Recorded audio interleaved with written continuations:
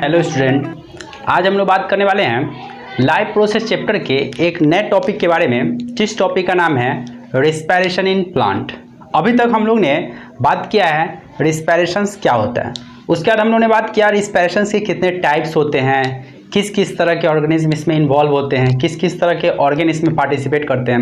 अब हम लोग जो बात करने वाले हैं वो सेपरेट रूप से बात करने वाले हैं प्लांट्स के बारे में। मतलब रिस्पायरेशन जो होता है वो प्लांट्स कैसे कैसे करता है और उसको करने के लिए कौन कौन सा ऑर्गेन पार्ट जो है उसमें पार्टिसिपेट करता है और उसको हेल्प करता है। तो हमने इसको समझाने के लिए एक सिंपल सा प्लान का डायग्राम यहाँ पे बनाया है, जिसमें आप देख सकते हैं कि प्लांट्स के 3 पार्ट्स होते हैं। ये तो सब लोग जानते हैं कि प्लांट्स के पार्ट को हम लोग ने 3 ग्रुप में बांट देते हैं, जिसमें पहला पार्ट होता है इसका लीफ, जो सबसे इसका ऊपर का पार्ट होता है। सेंटर और मिडिल का जो पार्ट होता है उसको हम बोलते हैं स्टेम, और सबसे जो नीचे का पार्ट होता है उसको हम लोग बोलते हैं रूट। मेनली हम लोग को जो रिस्पायरेशन इन प्लांट पढ़ने हैं वो ट्री के बारे में पढ़ने हैं, जैसे बड़े बड़े कॉम्प्लेक्स प्लांट के बारे में पढ़ने हैं। जब भी आपसे एग्जाम में क्वेश्चन आएगा तो आपको मेनली प्लांट्स के रिस्पायरेटरी ऑर्गेन के पार्ट बारे में बताना बहुत ज़्यादा ज़रूरी होगा, फिर उसके पार्टिसिपेशन और रिस्पायरेटरी टाइमिंग के बारे में आपको बताना बहुत ज़्यादा ज़रूरी होगा। तो हम लोग हर पार्ट्स के रिस्पायरेटरी ऑर्गेन को पहले समझने की कोशिश करते हैं, और पहले ये समझने की कोशिश करते हैं कि प्लांट में रिस्पायरेशन जो स्टार्ट होता है वो कब स्टार्ट होता है और कैसे स्टार्ट होता है। तो सबसे पहले हम लोग इसको देखते हैं कि जब सुबह का टाइम होता है, जब दिन का समय होता है, तो उस समय सन जो होता है, सनलाइट जो होता है वो डायरेक्टली फॉल होता है लीफ पे। उस समय प्लांट जो होता है फोटोसिंथेसिस करता है। ये बात हम लोग न्यूट्रिशन इन प्लांट में पढ़ चुके हैं। उस समय प्लांट जब फोटोसिंथेसिस करता है तो वह अपने बॉडीज़ के इनसाइड, अपने लीफ के इनसाइड उस फूड को स्टोर करके रखता है। तो ये स्टार्टिंग में जो वाटर ट्रांसपोर्ट होता है, यदि आपको फोटोसिंथेसिस का इक्वेशन पता होगा तो उसमें हमने बताया था कि प्लांट जो है वह पहले CO2 लेता है, लेकिन उस समय इसमें वाटर भी यूज होता है। तो वाटर जो यूज होता है तो प्लांट में हमने दिखाया यहाँ पे आप देख रहे होंगे कि 2 ट्यूबुलर स्ट्रक्चर है, जिसमें पहला पार्ट यहाँ पे जाइलम है, जो ग्रीन कलर से यहाँ दिखाया हुआ है। जाइलम जो है जब नीचे से वाटर लेके जाता है और लीफ के स्टोमाटा में इंटर करता है, मतलब इसके इनसाइड आपका क्या है, स्टोमाटा है। मतलब लीफ के इनसाइड तो हम लोग जानते हैं कि लीफ के इनसाइड जो स्ट्रक्चर रहता है उसको हम लोग स्टोमाटा बोलते हैं। स्टोमाटा के अंदर फूड जो है वो स्टार्च के फॉर्म में बन के तैयार हो जाता है। जैसे यहाँ पे यदि हम इक्वेशन लिखें तो प्लांट CO2 टेकअप किया, वाटर लिया, इसी पे फॉल डाउन हुआ सनलाइट। जब सनलाइट पड़ा और क्लोरोफिल मिला तो प्लांट क्या किया, फोटोसिंथेसिस किया, जो अपना ग्लूकोज के फॉर्म में फूड बनाया और इस समय ऑक्सीजन रिलीज कर दिया। ये तो फोटोसिंथेसिस का इक्वेशन है, इसको रिस्पायरेशन से कोई लेना देना नहीं है। लेकिन इस समय प्लांट जो है वह एक मॉलिक्यूल वाटर, जैसे यहाँ पे C6H12O6 जो ग्लूकोज यहाँ पे दिख रहा है, इसमें से प्लांट जो है वह एक मॉलिक्यूल वाटर को क्या कर देता है, लॉस कर देता है। और जब ये एक मॉलिक्यूल वाटर को लॉस करता है तो इस समय इस ग्लूकोज से जब एक मॉलिक्यूल वाटर लॉस होगा तो आप देख सकते हैं कि यहाँ पे C6H10O5 बनेगा। जब C6H10O5 बनेगा तो इसी को हम लोग बोलेंगे स्टार्च। क्या बोलेंगे, स्टार्च, जिसमें कार्बन तो माइनस नहीं हो रहा है, तो कार्बन 6 का 6 हो गया, 12 में से 2 हाइड्रोजन यहाँ पे माइनस हो रहा है, तो यहाँ पे हम लोग लिख सकते हैं 10, और 6 में से 1 ऑक्सीजन जा रहा है तो 5। ये मॉलिक्यूलर फार्मूला होगा क्या चीज़ का, स्टार्च का। अब क्या होगा कि प्लांट जो होगा अपना, जब नाइट होगा, जब रात होगा, तो उस समय लाइट के एब्सेंट में प्लांट अपना स्टोमाटा को बंद कर लेगा।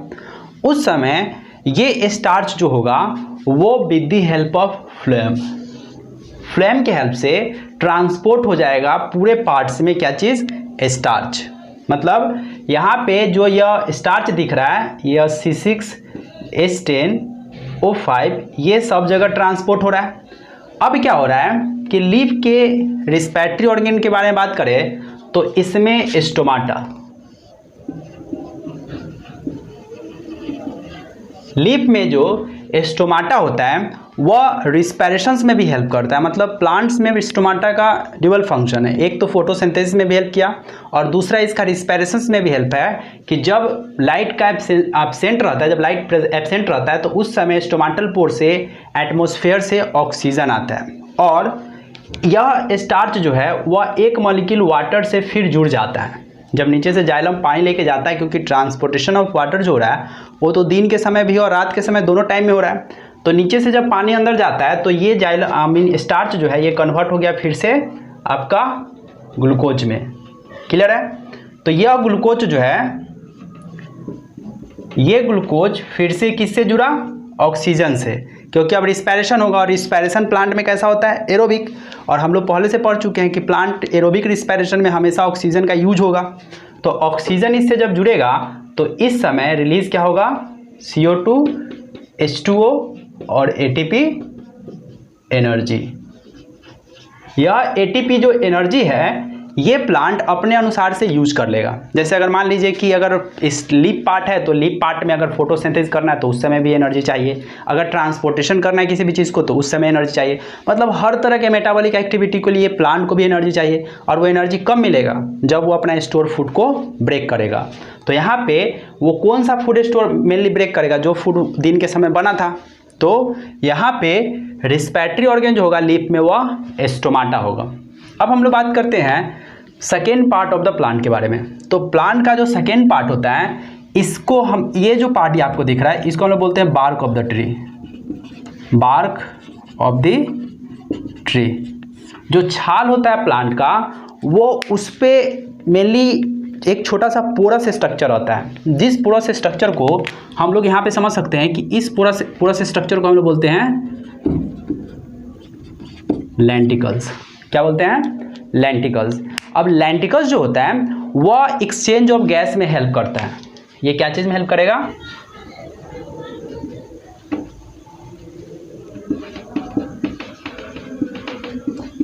Exchange of gas. ये एक्सचेंज ऑफ गैस में हेल्प करेगा। एक्सचेंज ऑफ गैस करने का मतलब कि इस पार्ट में तो फोटोसिंथेसिस नहीं होगा क्योंकि यहाँ पे तो स्टोमाटा और क्लोरोप्लास्ट है नहीं। तो ये पार्ट क्या करेगा? जो फूड कौन लेके आएगा? फ्लोएम। तो जाइलम यहाँ से पानी इसको देके और स्टार्च को क्या चीज़ में कन्वर्ट कर लेगा? मेनली ग्लूकोज में। अब इस ग्लूकोज को तोड़ने के लिए फिर ऑक्सीजन चाहिए। तो लेंटिकल्स जो है वह ऑक्सीजन को एटमॉस्फेयर से एब्जॉर्ब करेगा और एटमॉस्फेयर से एब्जॉर्ब करके उस फूड के साथ उसको जोड़ देगा। तो जैसे हम लोग यहाँ पे देख सकते हैं कि यहाँ पर भी ये प्रोसेस कंप्लीट होगा, लेकिन यहाँ पे स्टीम पार्ट में कौन हेल्प करेगा? लेंटिकल्स। मतलब लेंटिकल्स जो है एटमॉस्फेरिक ऑक्सीजन को टेकअप करेगा, वो ऑक्सीजन फिर स्टोर फूड के साथ ग्लूकोज के साथ जुड़ेगा, कार्बन डाइऑक्साइड, वाटर और एनर्जी रिलीज करेगा। जिस एनर्जी का प्लांट जो है वो डेवलपमेंट में, ग्रोथ में, जो भी उसको अपना एक्टिविटी चाहिए, जिस फॉर्म में उसको एनर्जी चाहिए, वो सारे एक्टिविटी के लिए वो एनर्जी का यूटिलाइज कर लेगा। नेक्स्ट जब हम लोग नीचे का बात करते हैं तो जो थर्ड और लास्ट पार्ट जो होता है प्लांट का वो रूट होता है। क्लियर है? जो इनसाइड द अर्थ होता है, मतलब कि ग्राउंड के नीचे रहता है और जिसमें कभी भी फोटोसिंथेसिस नहीं होता है। हम लोग अगर मोनोकोट प्लांट का बात करें, यदि हर्ब्स प्लांट का बात करें, जैसे हम लोग राइस का पौधा देख सकते हैं, व्हीट का पौधा देख सकते हैं, उसका स्टीम पार्ट भी ग्रीन रहता है। तो वहाँ पर भी स्टोमाटा हेल्प करेगा फोटोसिंथेसिस में और रिस्पायरेशंस में। लेकिन जो रूट होता है वो कभी भी फोटोसिंथेसिस में पार्टिसिपेट नहीं करता है। तो वहाँ पे सिर्फ और सिर्फ क्या होता है? रिस्पायरेशन होता है। और इसमें जो रिस्पिरेटरी ऑर्गन होते हैं वो होते हैं रूट हेयर। जैसे ये तो रूट हो गया, इसमें भी छोटा छोटा ब्रांच लाइक स्ट्रक्चर होता है। छोटे छोटे जो ब्रांच है, हेयर लाइक प्रोजेक्शन यहाँ पे दिख रहा है, इसको हम बोलते हैं रूट हेयर। रूट हेयर जो होता है उसका मेन काम है कि वह जो सॉइल पार्टिकल के बीच में ऑक्सीजन अवेलेबल है उस ऑक्सीजन को एब्जॉर्ब करता है। और फूड तो आपको पता ही है कि कहाँ बना था? लीफ में। यह फूड किसकी हेल्प से यहाँ नीचे आ जाएगा? वो फूड आ जाएगा आपका फ्लोएम की हेल्प से। फ्लोएम जो उसको देगा तो किस फॉर्म में देगा? स्टार्च के फॉर्म में। फिर वो वाटर से स्टार्च को मिला के क्या में कन्वर्ट कर लेगा? ग्लूकोज में। और फिर जो सॉइल में ऑक्सीजन अवेलेबल है उसको एब्जॉर्ब करके अपने फूड को जोड़ लेगा और क्या रिलीज करवा लेगा? कार्बन डाइऑक्साइड, वाटर और एनर्जी। किस फॉर्म में? एटीपी के फॉर्म में। और इस एनर्जी का ये यूज़ कर लेगा अपने एक्टिविटीज़ को क्या करने में? परफॉर्म करने में।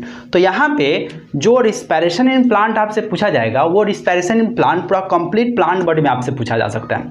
और इसमें मेन बात जो है वो है रिस्पिरेटरी ऑर्गन का बात है। तो रिस्पिरेटरी ऑर्गन तो आपको याद रहना ही चाहिए। जैसे लीफ में पूछता है तो आप क्या बोल सकते हैं? लीफ में आपका रहेगा स्टोमाटा।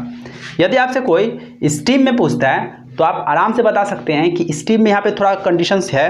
कैसे? मान लीजिए कि कोई पूछता है कि अच्छे छोटे प्लांट से बताइए, जैसे मोनोकोट प्लांट बताइए, जैसे हर छोटे छोटे पौधे हैं बताइए, तो वहाँ पे स्टोमाटा बोलना है क्योंकि उसका स्टीम जो रहता है वो भी ग्रीन रहता है। लेकिन हम लोग को जो चैप्टर में पढ़ने हैं वो पढ़ने हैं कॉम्प्लेक्स प्लांट के बारे में। तो वहाँ पे जो एक्सचेंज ऑफ गैस और जो रिस्पिरेटरी ऑर्गन होते हैं वो कहलाते हैं लेंटिकल्स। तो लेंटिकल्स की हेल्प से जो एटमॉस्फेरिक ऑक्सीजन है उसको एब्जॉर्ब किया जाएगा, क्लियर है। और जो हम लोग का बाद जो लास्ट का प्रोसेस है वो है रूट। तो रूट में रिस्पिरेटरी ऑर्गन जो होगा वो होगा आपका रूट हेयर।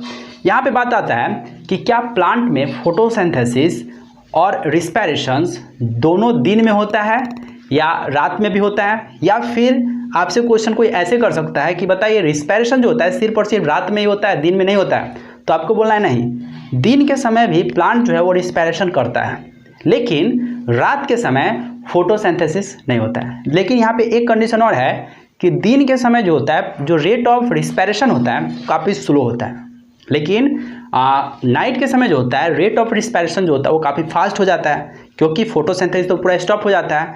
तो दिन के समय both respiration and photosynthesis, but during night time only respiration process should be take place in a plant body.